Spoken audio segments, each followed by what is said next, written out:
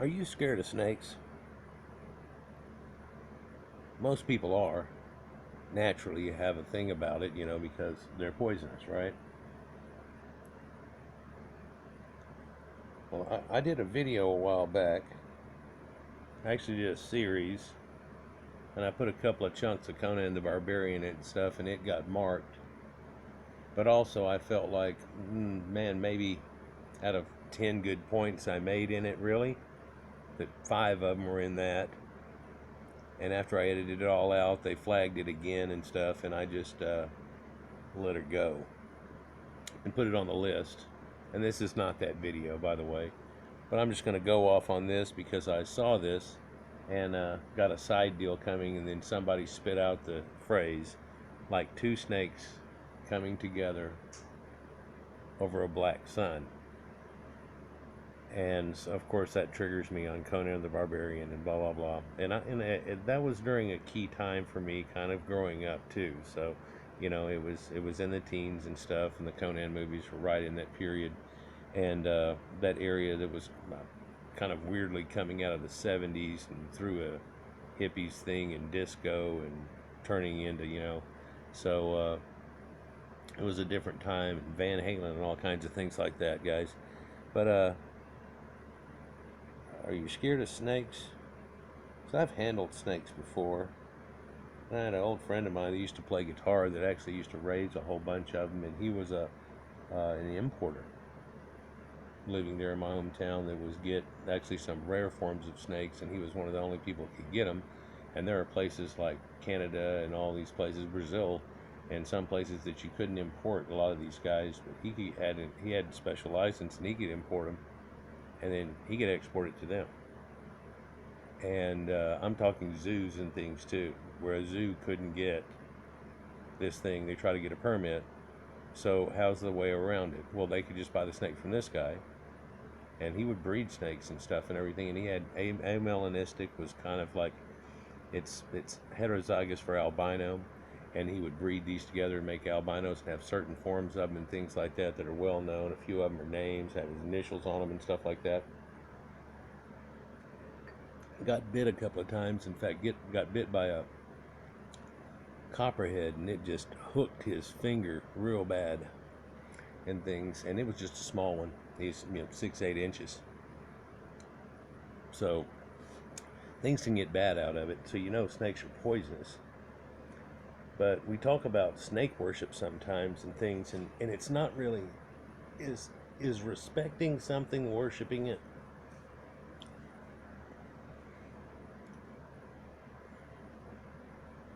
Well, in some ways it is. And in fact, you can respect something to the point that you worship it. This here had a lot of symbology whenever I was a kid, because I was growing up, and like I said, all this symbology was in my face with like Journey album covers and all rock and roll album covers and stuff, and songs and things they were singing about. And movies like this had stuff in it that was just like, what? And they had a ziggurat and all this other stuff. And people didn't know about the Sumerians at all. And Conan the Barbarian, he's a Sumerian, but it's just Sumerian instead of Sumerian, right? And then there's the Good Samaritan, and then there's Sumerian with a C that's up above that, and these Proto-Indo-European people and all this thing that's going on. And I talk about quite often about a snake that grows too big and it bites itself. And ironically, snakes are a lot of them are immune to other snakes. But this one snake that's referred to as a king snake, if you watch it, he'll eat other snakes. Now, this is reflected in the idea of Moses. Whenever the first 3 tricks that he tries to pull off are actually parlor tricks that the Egyptians can pull off themselves. It's nothing for a god to let them sling out a snake that's really just a magic trick and magicness, and snakes have to do with magic. But that king snake ate the other snake, and that's just a symbolic thing, right? Somewhat. I could go off in the story that could go along with and everything, but let's just back out into snake worship and look at it as an everybody thing, as in not necessarily the Bible, but what is in the Bible, but through everybody else's stuff, kind of. And you'd think of snake worshiping is like paganistic type stuff. And a lot of people probably know about the story of Gilgamesh and the story of how a snake is somewhat immortal, but not immortal. What he does is he has the elixir of life, or he has the fountain of youth, but it's a plant. And that's kind of important too. But what happens is he goes to Utnapishtim, which is Noah, and Noah was given near immortal life, if not immortal life, and so he has to go on this huge trek to end up going to him from where he is way down in Samaria up to where he's supposed to be. And it's said in the Sumerian tales and some of the Accadio-Sumerian later tales, that looks like it comes from earlier, that he's in a land that nobody comes back from. And so it's like he's in the land of the dead, but he's still alive. And so what will people have interpreted to say, no, he's in heaven, because he's surely not in what the Sumerians thought was hell, where you turn into a bird type creature and sit and eat meal and not good foods. But then the box opens up and they fly all out, and this is the symbology of rebirth. Anyhow,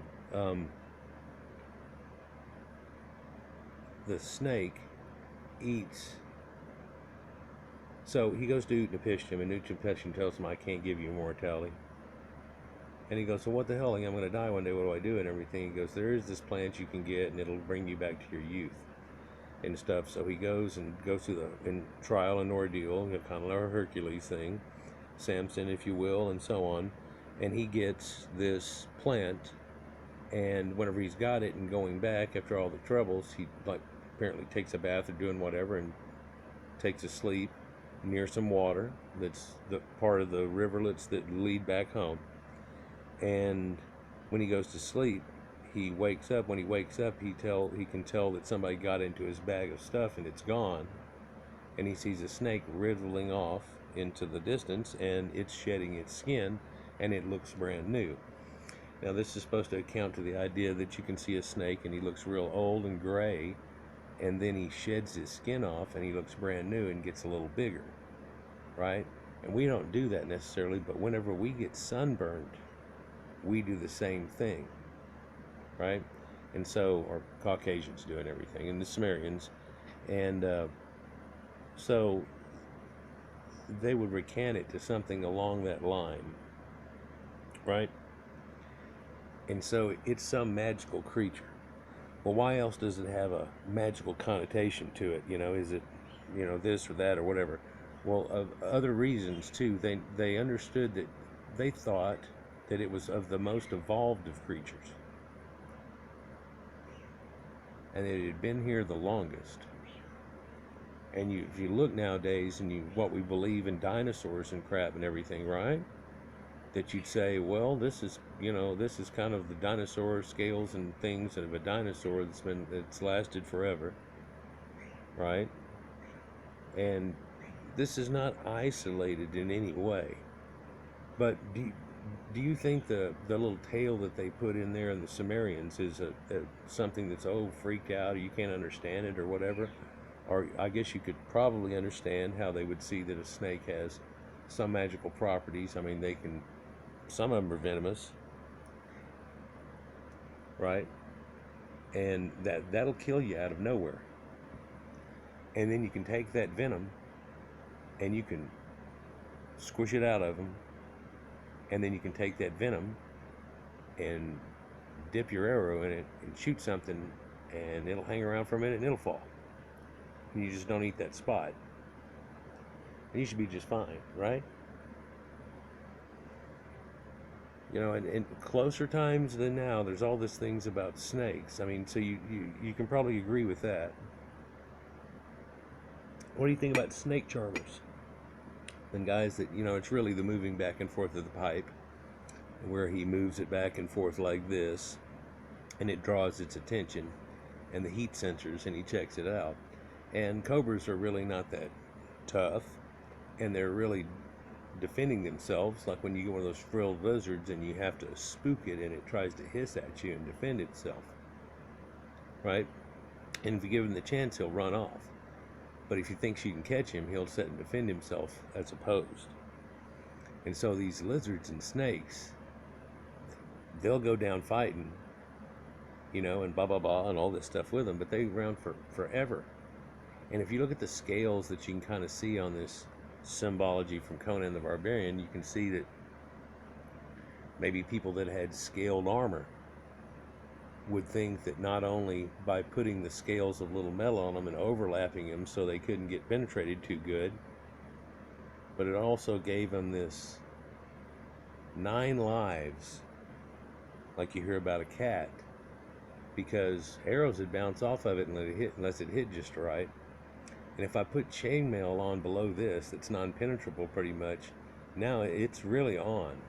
And all that way of people doing fighting before was made of that. And then you get these stories about elves and invincibility and mithril, and you wonder why mithril has names like Mithras, and it sounds just like it, but it's this metal and chain, and it's real lightweight comparative, but they put it on as opposed to a thick armor, and it gives them as much, damage protection.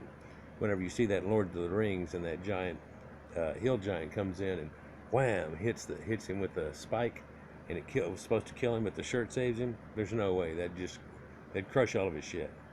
And everybody knows it, but it's magic, right? And that could be taken from an idea where someone threw a spear and it did not penetrate somebody and they lived through it. And perhaps it only cracked a rib or caught them just right and didn't. But that's for another story. We're talking about snakes. So you could probably see somehow how people would think of snakes in that way. And they would revere them to the point that in the Bible there's Leviathan and all these water serpents and these ideas. And because they don't find them on land, they've got to have something to do with that. And probably the tides or just them swimming around. Because when I see a little snake swim around in water, I get that idea. So now we have this Loch Ness concept going on and all these things. You could probably see some of that. Can you understand an Appalachian man who's caught up in the feeling of God and grabs rattlesnakes and holds on to them in a public venue and is just dancing around? Can you understand that one? Or do you think that dude's just freaking out totally too, right? Well, most people that handle snakes would be like, that dude's an idiot. Even the people that handle these things and stuff, and does an idiot. But how many thousands of these guys have done that? And, you've heard about them getting bit, dying, all kinds of things, right? There's a couple of things that can go along with that. Like, the Dread Pirate Robert story and how he took a little bit of iocane powder and therefore he could take these bites. There was this famous guy and his blood was able to take crate venom and a couple of Australian snakes that nobody else could because of doing that to himself. And whenever somebody would get bit, they would try to do a transfusion with his blood. The only problem is he was B negative, and if it didn't work, it didn't work. It had to match up. So other people had to try to do this type of thing, and he injected himself with venom of a bunch of different kinds of snakes on a regular basis, small amounts, but then it made him somewhat immune. And if you take that cobra and you milk him, then whenever he bites you, you're not going to get much. But if you've never been bit before, man, it'll still screw you hard and it could kill you. But I'm already used to it, and iocane powder and, ta-da, inconceivable.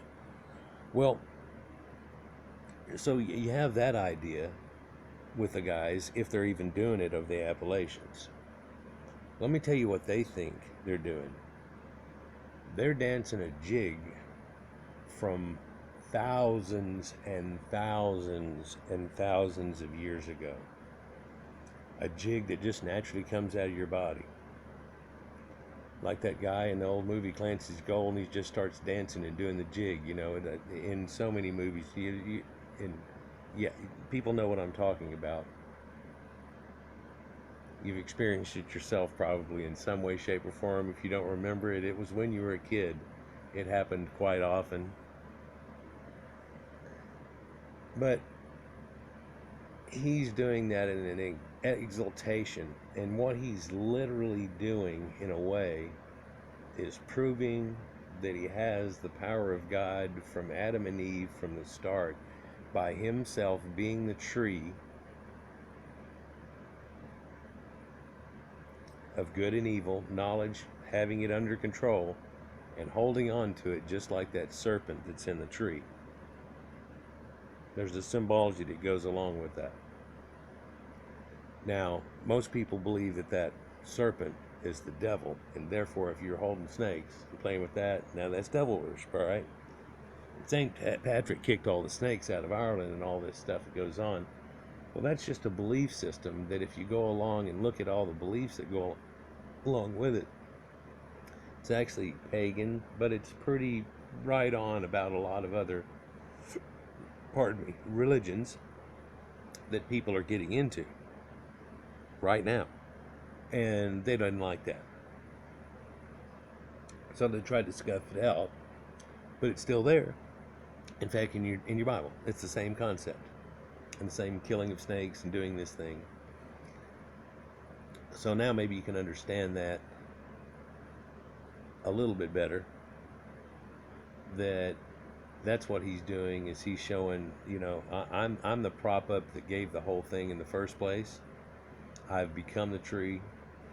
I'm doing this thing, and is he actually thinking this actively? No, but that's what this kind of is going on. Right? In some form. And in some form, this Conan the movie told you a lot about ancient people. For the same snake dragon symbology is seen, well, from the Greeks and their omphalos stone, and wrapped around a snake. It's a constrictor type snake and squeezes the world, makes the world sweat out and cause the life in the first place. To the Celtic type people and the Druids, and Valhalla, and the story of the different planes, and how in the bottom plane we have the giant snake that's making the world go around in the underworld, because snakes are an underworld creature. You see, that's that same Satan concept. Well, they're earthly creatures. Lives in holes in the ground and does all these things. He doesn't dwell upon the earth or live in the sky, or he's not a god. And there's that leveling thing, right?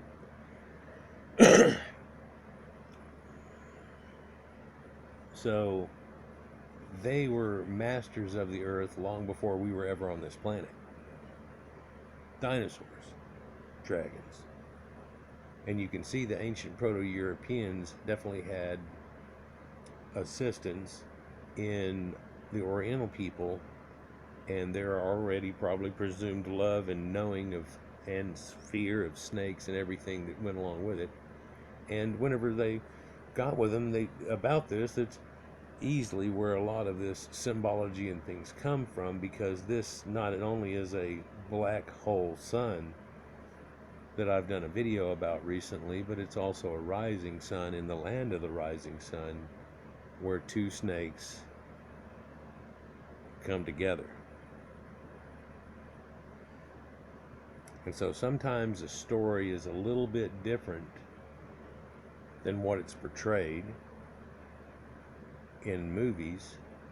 But then again, what in reality it is maybe movies grab some symbology and some things, and it almost seems like they almost got it. For if you listen to the opening ceremony, whenever his helper is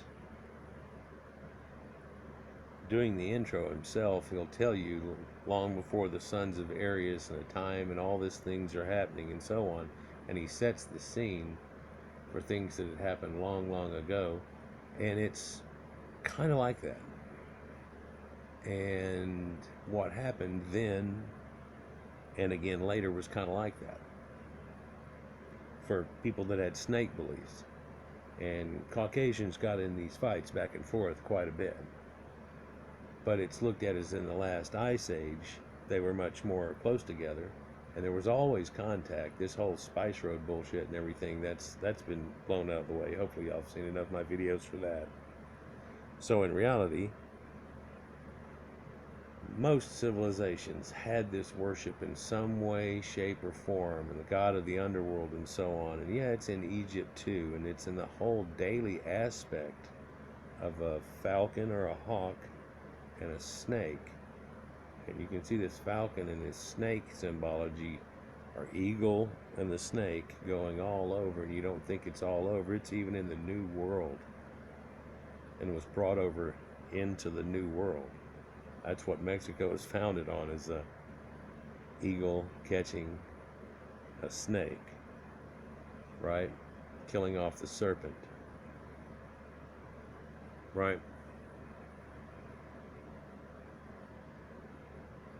And some people look at that as a master of beast symbology, and others say it's so prevalent that that actually meant something else, and it still may mean something to this day. But I won't go quite there. I'll let you go. But this symbology of the rising sun and two snakes coming together happened a few times with a few different people.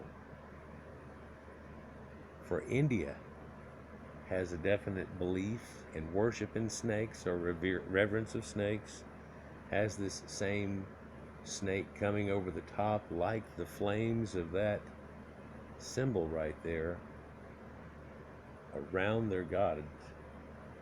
And you can see that same type concept over and over again. And you know, well, there's nothing like that in Greece and stuff. Yeah, there is. There's a hydra, and he has that multi-headed snake. And if you were to chop off one head, it just grows another. So if you want to overcome, you will have to find some other way.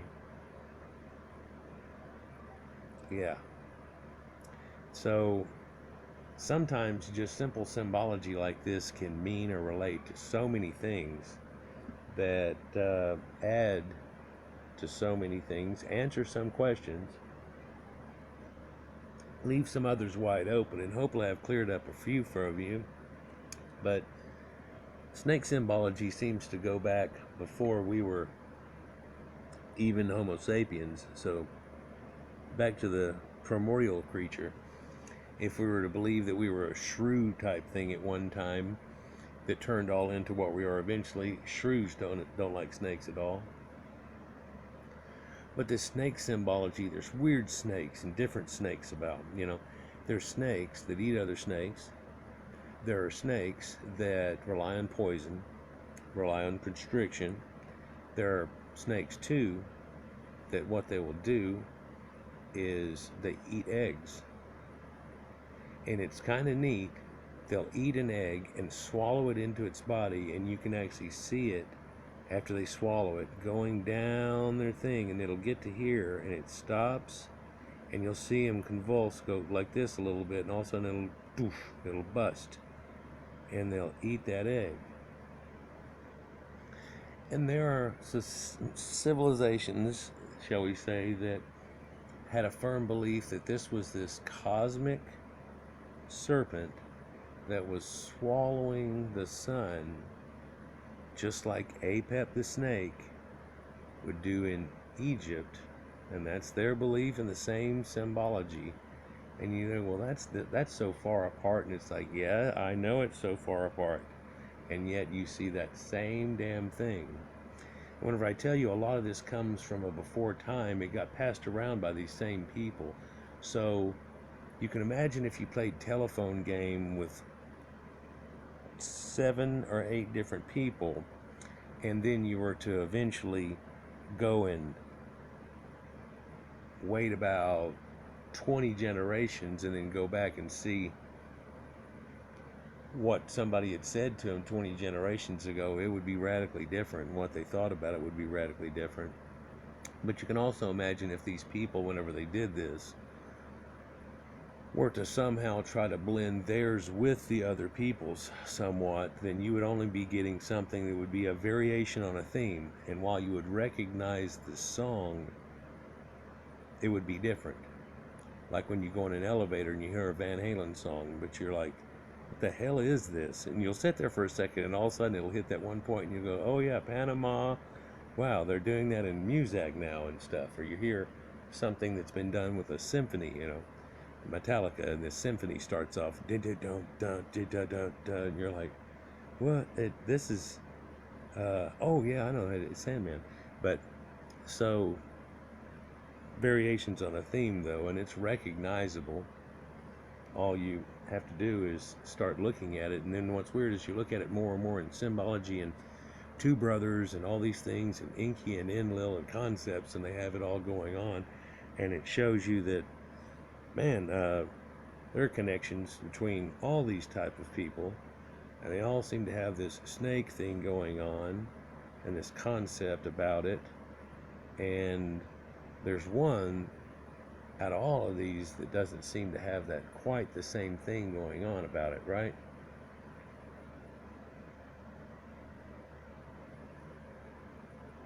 And you wonder if it's another one of those cases where everybody's wrong and one is right, or if in some sense what really in reality is that everybody's right and somebody had a misinterpretation of a concept through time, through interpretation of other people, to the point that you're led to believe, all these bad things. And I'm not telling you to go out and kiss a snake in any way, shape, or form. I'm just telling you what people believed in ancient times, and it's of the most ancient of beliefs. I personally believe this goes way past Cro-Magnon and crap. But they were having some type of reverence to a snake, and that perhaps the shaman would have some simile, and she'd be the only one that knew if somebody got bit by a snake, how it would fix it. And maybe she was the first people that would try to suck the venom out herself and spit it out. And grab the snake, and they had to kill it, and they'd kill the snake, and then she'd eat it. And do all these things and everything and try to make sure she didn't die, but really in reality how quick she sucked that shit out was going to be to make the difference pretty much, right? Not much of the other. There's no blood transfusion going on at that time, but at the same time you can see where people might have the knowledge and do things. And of course, if it doesn't work out, she can help take you to the afterlife. And in some cultures, it really wasn't looked at as being a real bad thing if you got bit by a snake and died from it. It was kind of weird, kind of like getting struck by lightning or something, and they were like, by the gods, it's one of those things, So, something that's uncontrolled, that I accidentally stepped on a snake. It wasn't like Cleopatra stuck them to her chest. And you can see that same symbology with snakes and being used in situations all the way through that. But like I say, with the guy in the Appalachian Mountains that people have probably heard about and seen, it still carries on, and there's still Indian snake charmers and doing the thing back and forth and keeping these things going. But sometimes shit happens when two snakes come together. But the ancients of belief systems were that snakes, when they came together, did this to mate, and actually one's mouth went over the other one's head, and it deposited the sperm that way in it. They couldn't figure it quite out. That's the way it was happening. And the egg situation was their dragon hoard. If they ever found them with eggs, that was their dragon hoard, like with gold, and they were protecting it. Seriously. So they thought that snakes would mate in that way too, and whenever one swallowed the other, that was an eclipse, and so on. And the giant serpent that surrounded the earth, whenever you saw an eclipse, was whenever the snake god had mated again in some situations. And this meant things like an omen, like comets did, and things like that. So anyhow, I feel like I'm just rambling on about different snake things. And right before I started this, I had a couple of things I wanted to say, and I didn't even get to. I went down a road and I never did come back. See if I can remember them real quick. I could tell you some stories about whenever I was a kid and things that I went through, and out in a creek behind our house, I found a snake, and it was pretty good. It was almost 2 foot long, like 2 foot long, and so I ended up finding a little tree branch that was washed in the creek, and I took it out and I broke it off except for the prong on the end, because I had seen this on uh, Mutual Omaha's Wild Kingdom, and he turned it around, and I kept trying to pinch the snake, and finally I pinched it more, not at the head, but in the middle, and it wrapped all around the deal, and I tried to lift it up, and it was going to fall off, so I kept scooping it, and got him up, and he was on it. And it was like cool. And I had a terrarium at home. I had an extra aquarium, and with a lid I can put on it and everything. And I was like, cool, well, maybe I can check it out and get the snake and everything, right? Not thinking much about it. Went back to our house, 100 yards away, 200 yards away, and there was my dad in the backyard after having mowed the yard, and he was there with a little pitching wedge, and he was chipping golf balls back and forth in the yard. And we had planted a fruit tree when we first got there. It was big enough putting out fruit now, and he was chipping back from that to another one back and forth with golf balls, just sitting there doing it. And he saw me coming up and walking in the back gate, and he kind of saw it and just instantly stopped. I found out later my dad doesn't like snakes at all. He had run into them whenever we were a kid, got chased by a black racer snake that could run faster than people, and the thing was just giving him hell. His brothers used to make fun about it and everything. So, wasn't something to mess with him with in any way. And I walked back there, hey, da da da, Dad, and everything, and he was looking at it, and he got this weird look on his face I wasn't used to seeing, but I was trying to show it to him. And all of a sudden he got this real somber, real look on his face, and he had that golf club, and he was looking at me, and he, in one step, cleared the 10 foot between us, and snapped that golf club and hit me on the wrist and knocked the thing out of there. Stepped in front of me, knocked me on my ass back behind it, and proceeded to Fred Flintstone beat this thing to death. And whenever I came up and everything, I was like, no, no, no, no, and he just whop, and I was back on the ground again. I mean, it was like the Force, but he did touch me. It was like bam, and it was down. Heisman Trophy right there. And so then he told me to shut up, and I started crying, yelling at him and everything, and he wouldn't do anything. And I was thinking, what am I going to do? Go get my mom and tell her to let me have a snake in the house? I guess this wasn't going to work out too good. Hell, I can just go let it go instead of you killing it. And he told me to shut up, and he flipped it out onto the driveway. And he took his golf club and he turned it over and he pushed open its mouth, and whenever he did, his little prongs popped out. And he pushed onto it, and you could actually see venom come out on that thing. And he goes, you know what this is? And I said, I don't. And he goes, it's a cottonmouth. That's a water moccasin. If you'd have got bitten down there and then realized you were in trouble and walked back up here, you may or may not have been able to tell me what the hell went wrong. Come inside here in a minute, son. And he chopped the thing's head off. He put it in a bag, and then put that in one of those kitchen bag kind of things and threw it away. And and it was still moving too, by the way, but it was dead. And he had a book on snakes, and to show you he didn't like them at all, whenever we went inside and he looked through his little library, he found the little book that he was talking about. And right when he got the book, whenever he pulled it out first, there's a cobra snake or a coral snake that's on the front, and he pulled it out, saw that, and it gave him the willies a little bit, and he handed it to me. And I was like, wow, that hit Dad hard. What the hell? So I looked it up and everything, and I found out, well, there's only copperheads around here and rattlesnakes, some rattlers, but we're pretty rare around here. Moccasins can get you real bad and everything. And I was like, wow, that was going to be a bad move any way, shape, or form off of it. And they weren't going to let me have it in the house, and I should have, but he didn't have to kill it.